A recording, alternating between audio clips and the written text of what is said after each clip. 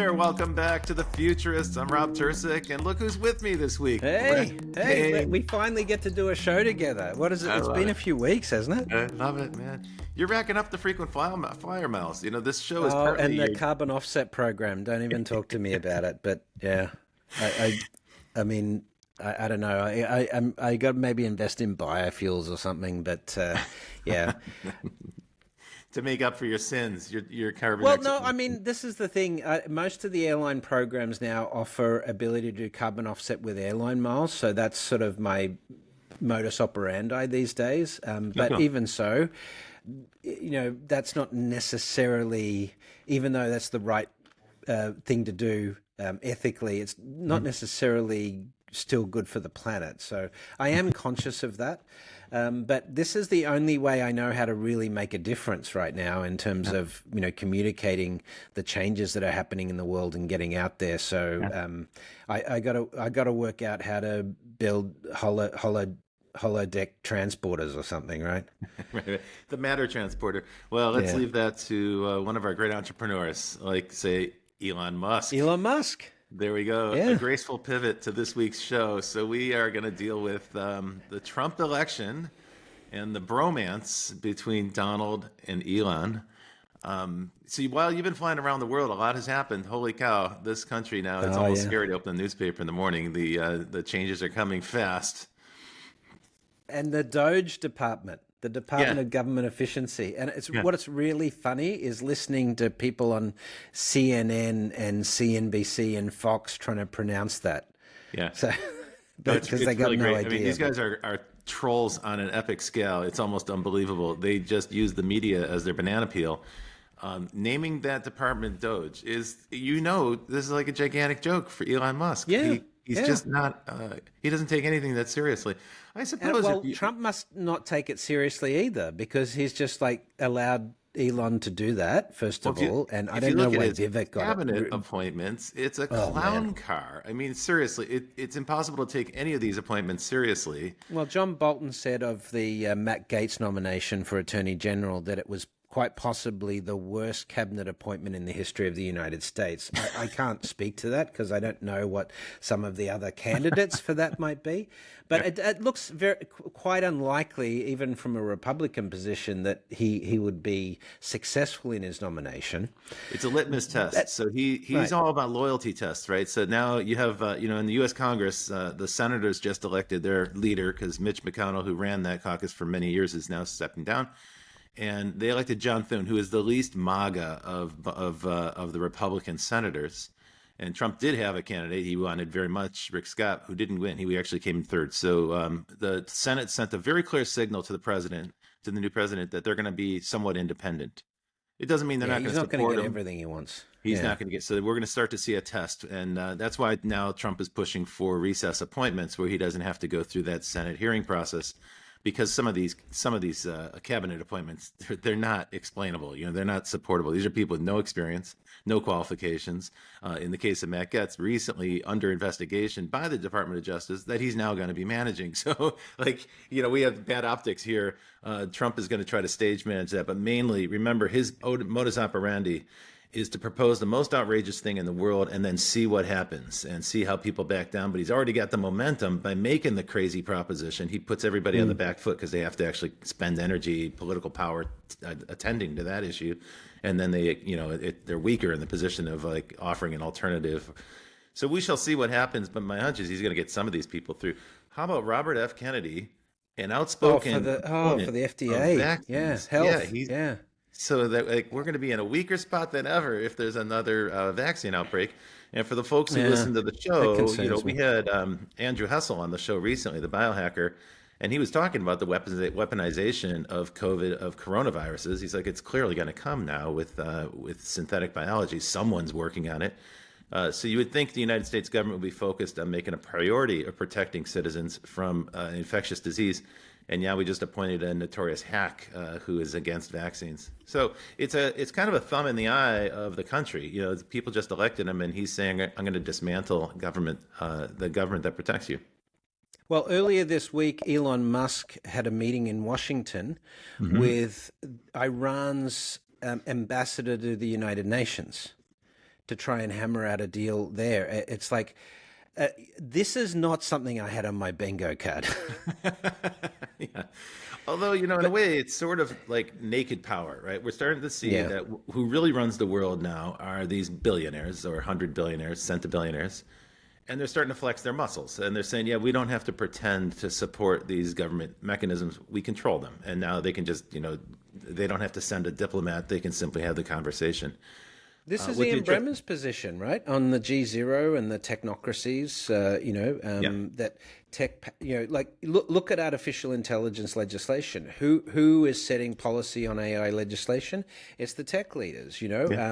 It's the same is going to be true of many of these areas. Energy policy. Trade. Yeah. Now the people that actually have a stake in it, they're just going to come out of the woodwork and say, okay, this is what I want. Yeah, it's not Soros anymore that we've got to be concerned about. It's people like Thiel and Musk and Andreessen and so forth, right? And they're quite overt about it, what they want. So, I mean, if you support that agenda, look, I'll say this: we've been fairly critical of Elon Musk, and I think that's fair because the guy does much to criticize. But both of us agree that he's probably the greatest entrepreneur in history. In terms of creating entire industries. So he behaves in a silly way, and it's okay to mock him for that. But on the other hand, you have to respect his achievements as a business person. If you look at an industrialist, he's not really an industrialist because he's a technologist, not in the classic Edison, Rockefeller sense, right? Andrew Carnegie sense. But if you look at the way he played this, you have to give him credit. He played it masterfully from the acquisition of Twitter and mobilizing that into winning for Trump. It's certainly his influence on this election was not inconsequential.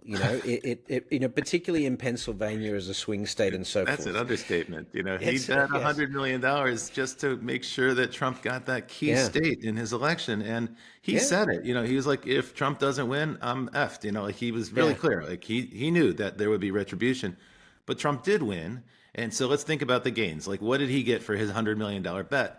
Well, clearly SpaceX already ggets billions of dollars in funding. Now all the brakes are off now, and this is the one thing I said to my friends when the announcement that Trump had won became clear.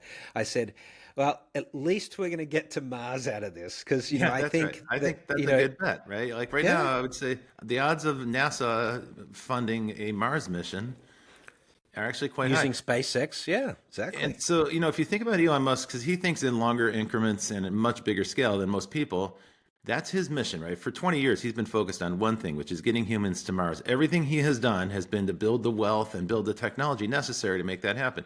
Now, you might agree or disagree with that as a goal. You might think it's preposterous even. Many, many people do, but he's driven to achieve it. And you got to respect the fact that the guy just played the U.S. electorate, and now he's going to be in a position to get his Mars mission funded. More power to him. Yeah. Astounding, isn't it? No, and the funny part there, Brett, is he might be right? Because his point is humans have to have a second planet. Otherwise, there's a statistical certainty that sooner or later an asteroid's going to hit this planet and wipe out humanity. So his mission has been to get humanity to another planet. Would it not be a historical irony if Donald Trump is the instrument of humanity's survival? This strikes me. Oh wow! I never thought of it that way. I mean, it's just that is astonishing to think that because it goes counter to everything that you're seeing in the newspaper right now.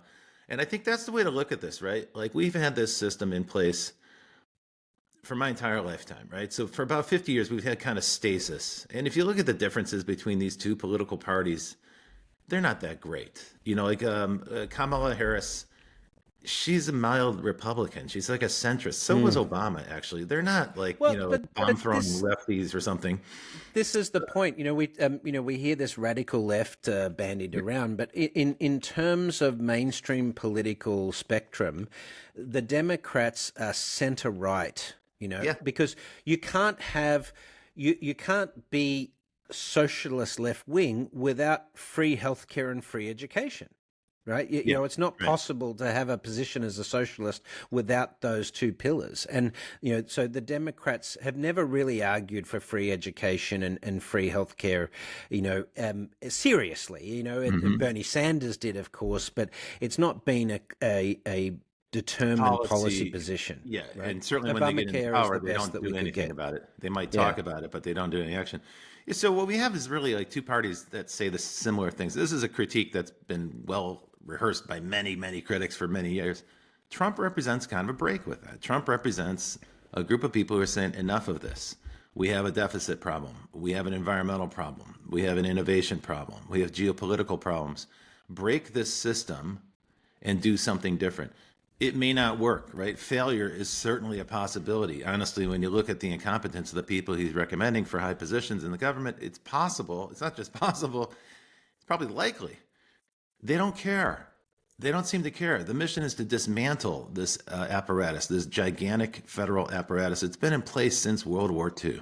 I mean, you know, I think we can all agree that the US government suffers from gross inefficiency in a number of areas. Even the tax code itself is extremely inefficient and gamed by, you know, those with the most wealth. A fixed across the board tax rate and so forth would be probably much better for the US in terms of revenue and significantly lower the costs of that. Healthcare is extremely inefficient in the United States. The US pays twice the OECD average for healthcare and generally has worse health outcomes, despite, you know, billing itself as the most advanced healthcare system in the world. It's not efficient at all. So I think we can all agree that there's massive inefficiency in the system. I don't know whether blowing it up, you know, and you know, rebuilding from the cinders is the right strategy. But that's what we got. That's what we got. I don't think people voted for that. I think people voted against inflation. So it wasn't even a for vote. It was an against vote. But what they're going to discover is who they voted for this time around did not share their views. You know, these people are going to impose. They're interpreting this election as a mandate to take a wrecking ball to the federal government, and we're going to find out, for better or for worse, what that entails. Well, let's talk about. Yeah, go ahead. Let's talk about inflation, though. Sure. Let's talk about what is the likely impact of a Trump presidency. Now, we don't know everything he's going to go. Right. What's that going to do to inflation? It's not going to help inflation. No, right? I know. We don't have a coherent plan to fix inflation. Billionaires. So the richest people will pay less, and they're going to create, the tariffs will create kind of like, it's like the most regressive tax you could possibly do because it's a tax on consumption. So everyone else is going to pay these taxes. No, I'm telling you, there will be a backlash. I think this is the easiest. This is a show about futurism. I'm going to make a prediction, a very easy prediction. In 2 years, there's going to be a massive backlash. Yeah, forecast. That's right. I'm looking at my crystal ball, but I'm looking at 2 years out, and there's going to be a huge backlash against these guys because these policies are not what people voted for. They voted against inflation. And you know, Brett, I read something that stunned me, and actually I read it in the Rolling Stone of all publications, but it's quite interesting. They were citing research and some information published in the Financial Times, which is a little more credible, that pointed out that actually, if you look at the elections that happened around the world in 2024, remember, this is the year when half of the world voted, right? So every industrialized nation, almost every democracy had a national election. And in every case, the incumbents lost share. So whichever party was ruling at the time is either out of office or significantly diminished. And in perspective there, the U.S. Democrats did reasonably well. Like they lost too, but they lost a lot less than in other countries like France, Italy, even New Zealand, you know, where the ruling parties were turned out. You know, in that respect, the interpretation that this is like some landslide or some massive shift, it's not really. It's a reaction. People are saying, hey, the cost of eggs is too much in the grocery store. The cost of gasoline is too high. And they're mad about it. And so they're just going to take it out on the ruling party. That happened across the board. It doesn't really mean they're for any of these policies that we're talking about. Again, you know, if you guys are listening to this episode today and you hear us talking about this is the very point that Ian Bremmer, who I would say is probably the leading political commentator in the US these days, he made this exact point in numerous interviews following Trump's election. And we've talked about this before, but I wrote about this extensively in the last book, in The Rise of Technosocialism, that this economic uncertainty is a key element of driving this populist movement. Because, people may not know, academically what is going to be happening with climate and artificial intelligence and so forth, but they can see that the old system is losing its effectiveness. All of the old methodologies we had are not working as well. And that economic uncertainty translates into, let's try something else to bring back the stability we had in the 1960s and 1970s when, the US economy was at its strongest. Maybe not 1970s, but certainly the 1960s. And yet, you can't really get back to that state because it is fundamentally different. The level of technology involved that is applied from a productivity perspective in the market, that has created these massive corporations, but at the same time has not created real wage growth. The clear problems with climate, with effectively $250 billion of economic damage done in the United States this year because of extreme weather events. That's only going to climb on a global basis. So you, as we do often on this show, you forecast those things out and you have greater and greater uncertainty, and people are looking for more and more uncertainty in that environment, which is very difficult to do when the systems of governance and the economic theories that we apply to our markets are just no longer really working in the way that they should be for the broader population. The U.S. economy at a functional level is serving a smaller and smaller group of people in terms of net benefits, comparative to what it was in the 1960s. And yet, at the same time, we have more prosperity than we did even in the 1960s. We're much better off. 1970s. Our People health don't is feel better. it. Yeah, People don't exactly, feel yeah. it, right? They don't see it that way. And also on a global basis, hundreds of millions of people have been lifted out of abject poverty into something you would call middle class, depending on the country. That's an amazing achievement. That's all occurred in our lifetime, but we don't notice it, right? So we tend to take that stuff for granted. This is back to the concept of loss aversion. We've talked about that in previous shows. When people have something, they just sort of assume that's their thing, and they get worried about losing it. They don't actually notice that they're gaining more, and they don't enjoy the benefits of that or appreciate the benefits of that as much. And they're not so willing to share. Is that a lack of optimism, or is it, I think humans are hardwired to be really cautious about the future and the unknown, and you don't spend a lot of time thinking about what you've got. You think about what might take it away from you, right? We're very, very well attuned to threats. We see a lot of threats. The funny thing about this, though, we don't really seem to have these new leaders that we just elected, not just in the U.S. but around the world. They don't seem to have a very clear plan for what to do about the issues you just raised, right? So we don't hear a great vision about what to do about climate change, about the heating Neither up of the candidates spoke about that during the US election. We didn't hear about climate change, and we didn't hear about AI, the two greatest impactors to the human species since, I don't know, the flood or the ice age, right? Well, Whatever you want and to even call it. like geopolitically, like look at the relationship with China. It's all bashing China, right? Everybody is like, it's easy to bang on China. And in China, they do the same with us, right? Because it's easy to kind of build a kind of nationalistic fervor. But the problem is, like, the stupidest thing in the world would be a war with China. Everyone knows. Who would win that war? I mean, define win. No one. Massive devastation. You'd wreck the global economy. All other countries would suffer from that because the supply chain runs on the U.S. Navy and China as a workforce. How would anyone benefit from that? But yet, it's good. It's an easy way to score cheap political points by posturing as if you're going to be hawkish against China. This is the stupidest policy in the world. But here's the thing: is Trump has spoken about this widely, and Elon, of course, talks about this very frequently about the national debt problem. Yes. But Trump's policies are going to add, the conservative estimates are between 17 and $15 trillion to national debt over the next 4 years, right? Which is insane to think about. But then at some point, people are going to start to think twice about holding T-bills. Right. And how far away is that? Is it a decade away? Is it more? Is it less? But here's the really interesting piece of this is that the only way that I can see a way out of this national debt thing, and when we come back from the break, we should discuss this, is that there's only two ways that are likely to because you're either going to have the collapse of the US economy, which the US is not going to want that to happen. So they either have to manufacture a crisis of such scale that the debt is forgotten or is no longer important, i.e. a global war, right?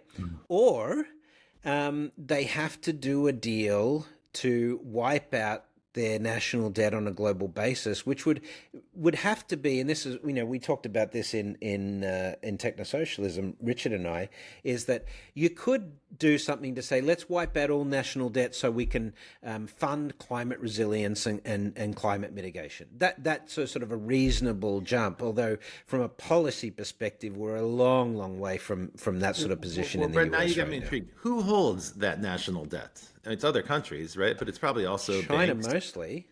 But China's been, if you look at what China's been doing the last 18 months, they are selling T-bills and they're buying gold. So they are trying to not have as much of reliance on that. And of course, shifting away from US dollar to another reserve currency, whether that's a basket of currencies or the yuan in the future, based on, supply chain automation and the BRICs alliance.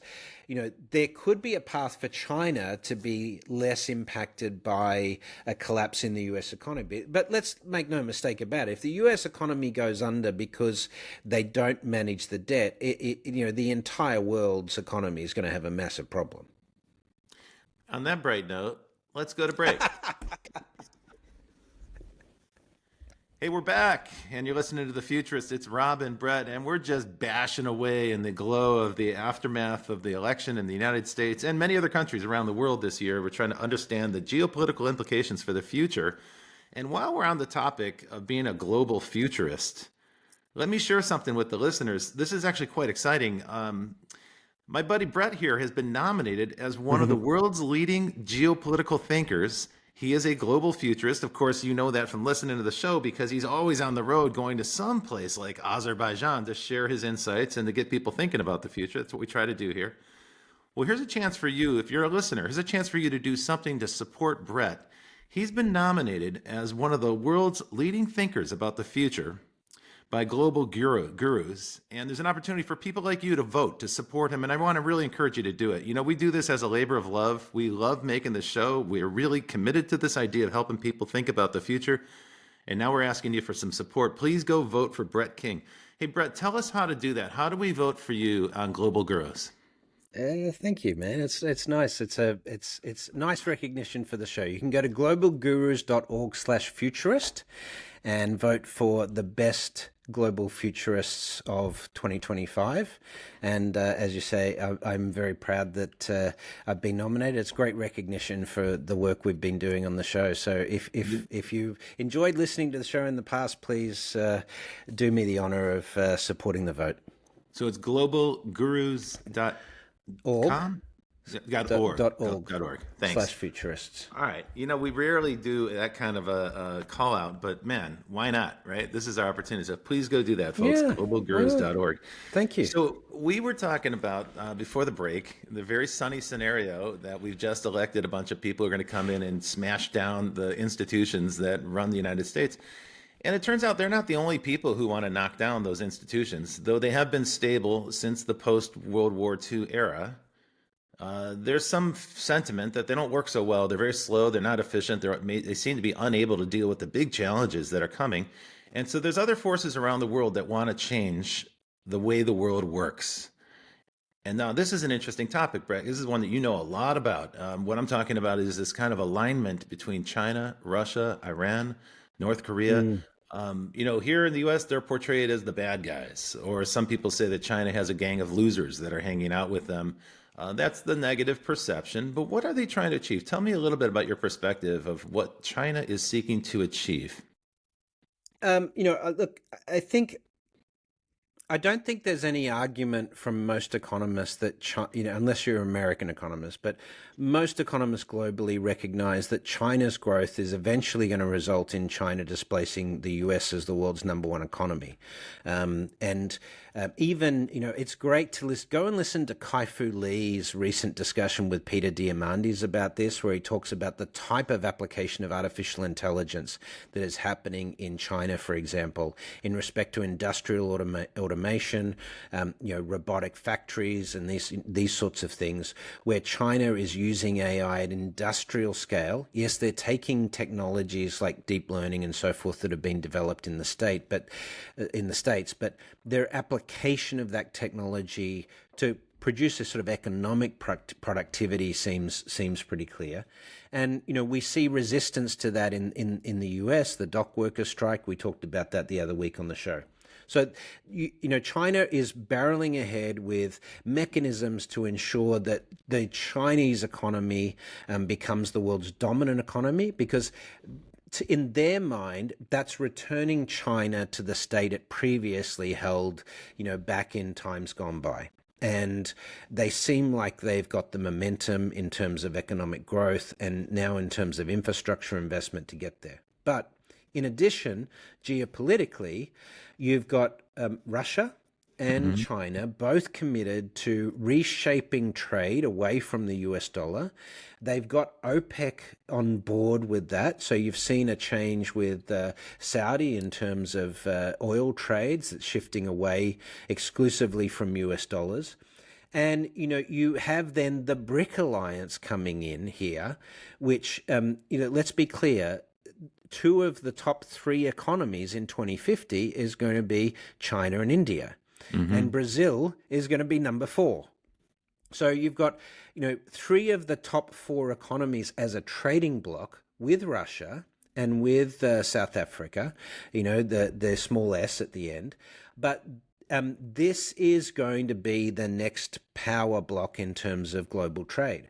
And if they can migrate away from the US dollar onto some other, currency structure, whether that is a basket of currencies or whether that's something like the yuan, right, the Chinese central bank digital currency when it comes to autonomous cross-border trade, at this point in time, in the mid-2050s, about 70% of global output is expected to come from China and India alone. So this really does very quickly sort of reshape geopolitics in terms of economics. And the US, because of its position, particularly if Trump pulls out of NATO, and you have more isolation, from the US in terms of its policies and economic approach, then it's going to become fairly easy for other countries in the region, Europe in particular, to start falling behind China and India in respect to trade.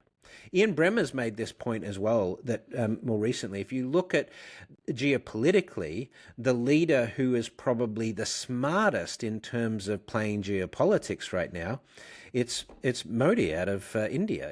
No one, he's friends with everyone.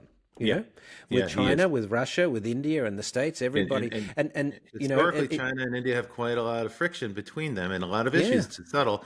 And he's managing that as adroitly as any politician seems to be able to do.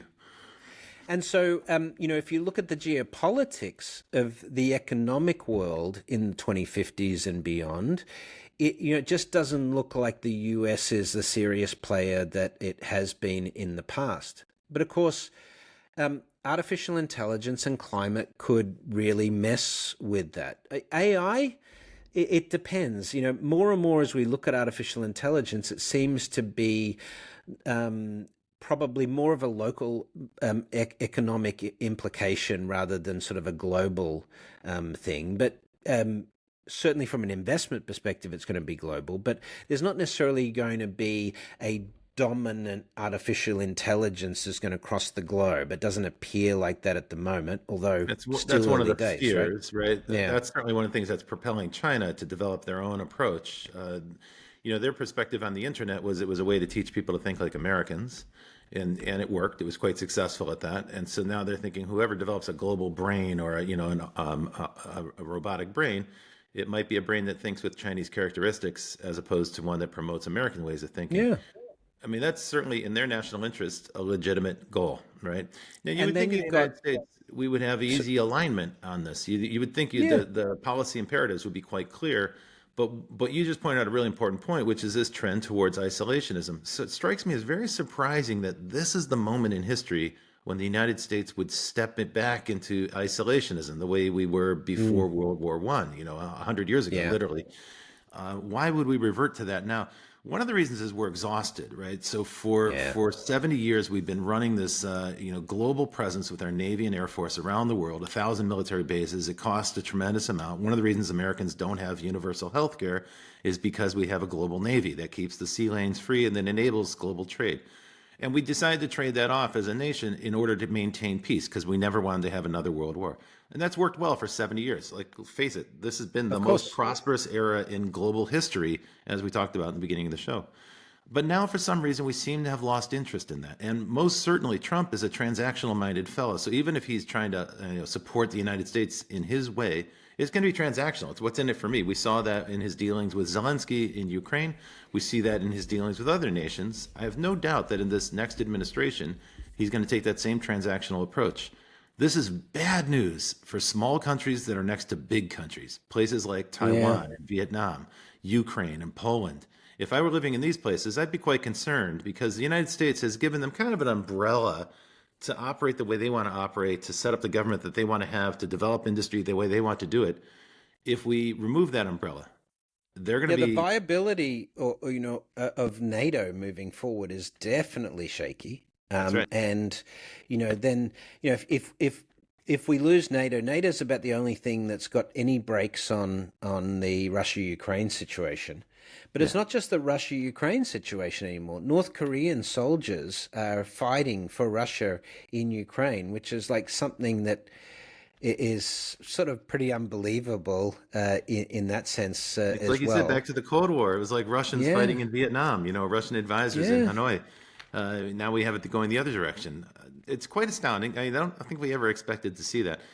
The way I look at it, Brett, is all the countries you were just talking about, they all share an interest in dethroning the United States as the country that sort of sets global policy, if you will, the policeman for the world in some cases.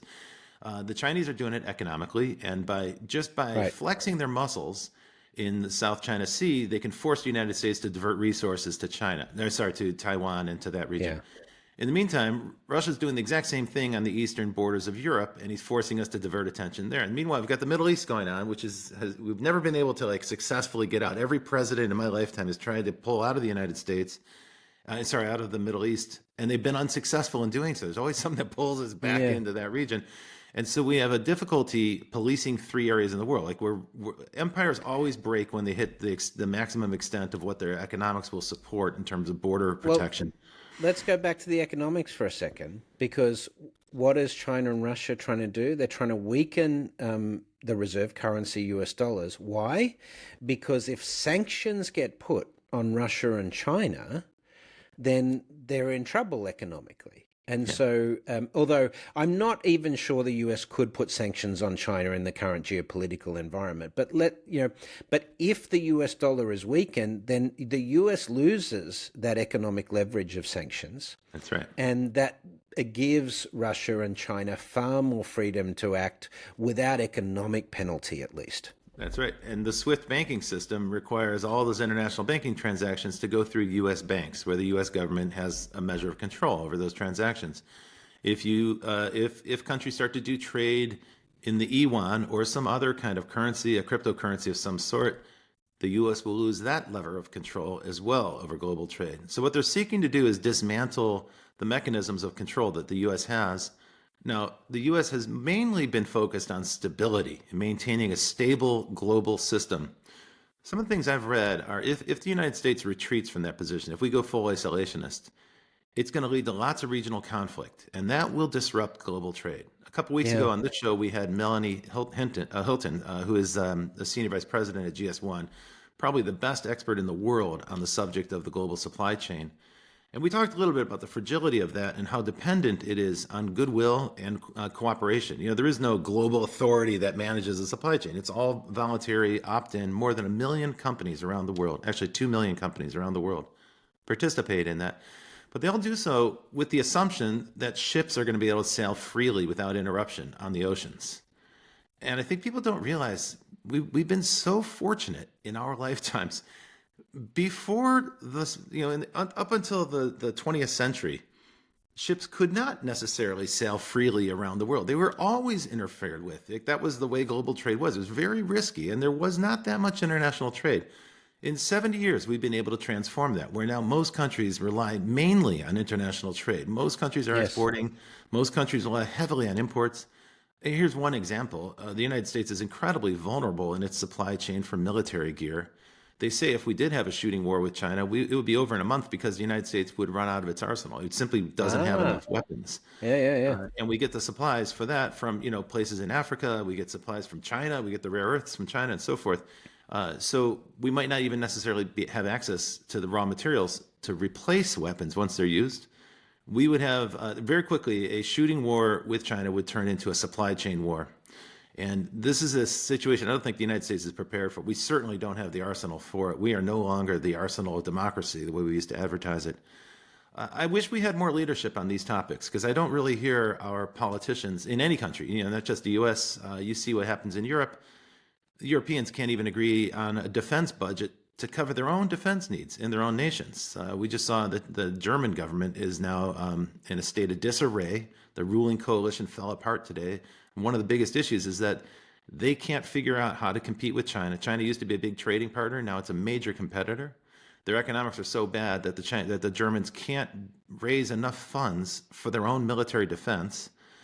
They're trying to figure out how to do a fiscal stimulus in in Germany right now, but they're unable to find the fund sourcing. The idea of mounting deficits is a scary concept for a lot of countries. But this is even before. I don't know if you've been watching, but China has just announced the development of a 6th-generation fighter, which puts it well ahead of the US's current generation cycle. And they've been demonstrating autonomous military drones.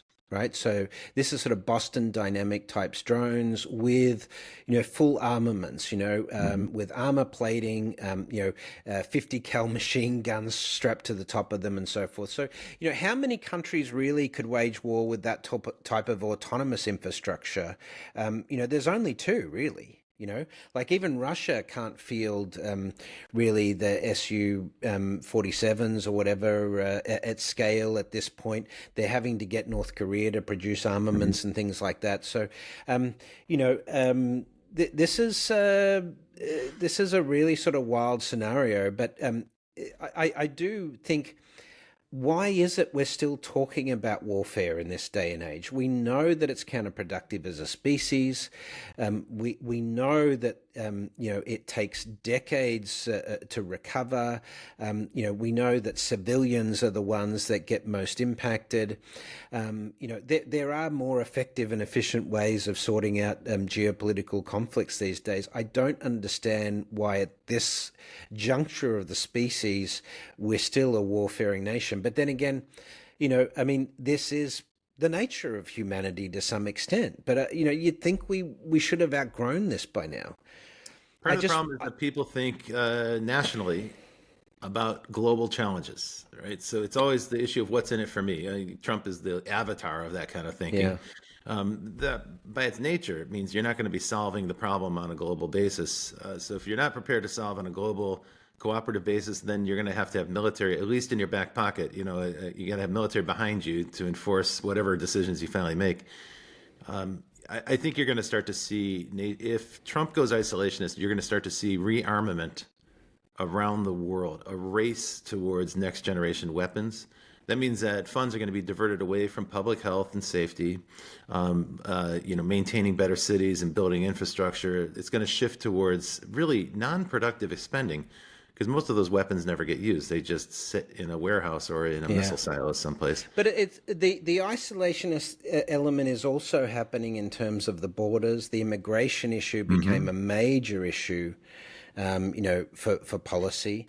And yet at the same time, we recognize that birth rates are slumping all around the developed world today, and the only remaining mechanism we have for increasing economic activity outside of natural birth rates is immigration. So yes, there's an argument, oh yeah, well, but we want skilled immigration. But what happens in this sort of push against immigration is really that, all immigration tends to slow and be problematic from a policy perspective, because how do you really differentiate between who is skilled and who isn't skilled, in terms of increasing immigration numbers? So you just have to stop all immigration until till it sort of settles. But that isolationism as well is sort of flies in the face of what's actually happening around the world, with digital nomad movement increasing, people wanting more and more mobility, people wanting to spend more of their money, on travel and experiences and things like that. So but also climate is causing people to move. Like climate refugees are a huge factor in global integration. That's one of the things that destabilized the German government. They got another 3 million immigrants, and they just don't have the money. They spend about $30 to $50 billion a year supporting immigration. People are coming into their country. But they have a jobs crisis. They have a manufacturing crisis. Volkswagen, for the first time in history, has closed 3 auto plants in Germany. Wow. They've never done that before. So the question is, where are we going to find jobs for these workers? Your point is very good, though, and it deserves to be underscored. We've talked about in the past, big demographic trend globally is that families are no longer reproducing at replacement rate around the world. This trend started in East Asia, in Japan and Korea, but now it's global. It's here too, in the United States, all over Europe. But it's also now happening in the Southern Hemisphere as well, where as people move to cities, the families start to realize they don't need a lot of kids in a city. It's very expensive to have kids. If you're in the country, the children help on a farm or in a rural place. It's relatively cheap to raise a lot of kids. Once you get to a city, every family makes its own individual decision, an economic decision. How many kids can we afford? And the answer is less than 2 on average, which is not replacement rate. I mean, there's a lot of debate about why people aren't having kids, but I think the economics of having children is very challenging today. Yeah. And I know, there's a lot of debate. I have this conversation on LinkedIn almost every week right now, and people say, well, but things like you said before, on almost every measure, we're doing better than we were in the past, but that's not what people are feeling. That because it's getting more expensive, and yes, less people are in poverty, but real wage growth hasn't grown in the US and the UK for many years. You do have housing affordability is plummeting around the world. So, in these conditions, when education is getting more expensive, with that combined with the economic uncertainty of techno displacement or unemployment, climate change, and so forth, would you bring a child into the world at this point in time? It's a very real question. So it may be another 50 years before we have the type of economic stability that's required to really grow the population. Now, that's not necessarily a bad thing at this phase of human history, because we probably need to take the foot off the gas of population growth, particularly at this time of climate impact specifically. But resource depletion, the depletion of the animal. But it is going to crash the world's economies, because without population growth, you can't have economic growth. At least you're going to have very premise of the economy, the global economy. Yeah, that's right. Every system is based on further growth. That's the basic assumption. Which leads back to this fundamental posture shift of degrowth economics. And I think the one thing that Musk probably understands in this is that this is the last opportunity for the next 50 years or so to make this bold move to get humans to Mars. Because if we enter a phase of degrowth economy and we're having to restructure our resource allocation to, mitigate climate change and all of these sorts of things and deal with large-scale technology unemployment, the appetite for spending money on going to Mars is going to go to zero. So, I think let's give credit where credit's due. I think Elon's timing is impeccable on this, and I just don't know how he's going to run 6 companies and run the Doge department effectively and have 11 children. Understood. But look, every time people raise that as an issue, he does something amazing. He pulls another rabbit out of his hat, right? When he Yeah, bought Twitter, I think generally the reaction was he just messed up in a huge way. he's People gone laughed at crazy. him. They're like, what a dummy. He spent $40 billion and reduced the value of the company by half. Well, now he's got control over three branches of the U.S. government, and he's going to get his Mars mission done. He's going to divert billions of dollars of U.S. money to SpaceX. Tesla, no doubt, will be a beneficiary as well. Shareholders of those companies have to be thrilled with this guy. Yeah, Even if he yeah. acts like a clown, they have to be thrilled with him because he is Look, absolutely delivering shareholder value. I, Again, I don't want I to say put I my endorse his chances. I politics. put no, but I put my chances of actually going to Mars, which has been a childhood dream for me. Now with longevity treatments and things like this, maybe my chances of going to Mars personally has gone up to 30% now. And if the longevity stuff kicks in a bit, it might even get to 50%. It might And be a then it one-way could. trip, though, Brett. But as Elon said, he's going to be happy to die on Mars as long as it's not on impact. All right, great. Where's the optimism? So let's make this show optimistic. We're supposed to be optimistic, but it's always so easy to Going to talk about. Mars is optimistic, right? Great.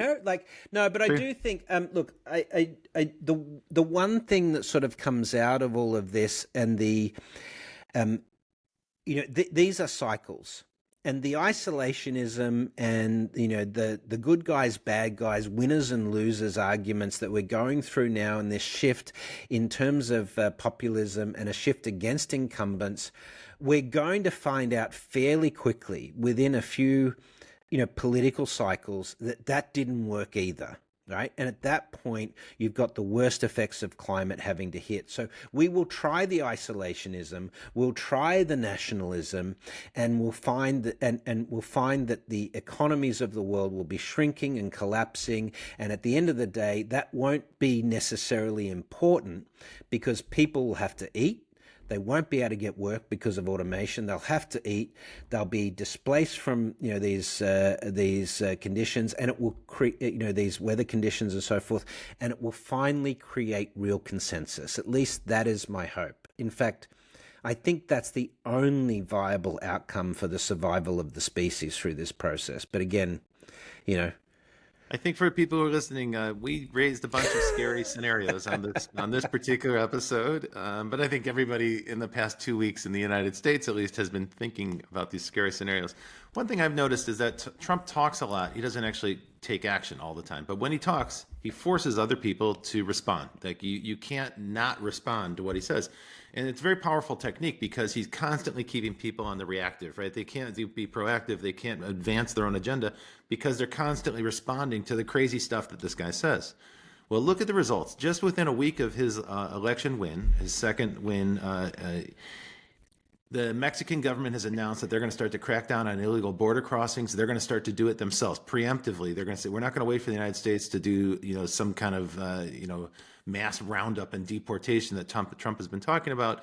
Instead, they're taking action. They're going to control the border. As you pointed out, the Iranian government has already reached out to the incoming Trump administration to signal that they don't want a conflict. They want to figure this out, right? There's already discussion happening with Vladimir Putin and Russia. We don't know what those discussions entail. We don't really know what they have up their sleeve, but that's part of his game. Part of his game is to talk a lot and say a lot. And sometimes it's contradictory. Sometimes it's nonsense. Sometimes it's absolutely scary. Sometimes it's racist rhetoric. He's very provocative. He forces people on the reactive, and then they start to make decisions on their own to appease this guy. It's sort of the madman theory, and it's not a great way to run a government. It's certainly not a great way to keep stability, but it is a way to break people out of the old habits and get people who aren't doing any action to respond proactively. In a way, I look at that, I'm like, this is actually going to be such an interesting thing to see, right? He may take a wrecking ball to the U.S. government. He may destroy NATO. He may pull out of all these international agreements. That would be, I think, traumatic and tragic. On the other hand, he's also going to cause change to occur, and maybe there is some overdue change. Well, absolutely.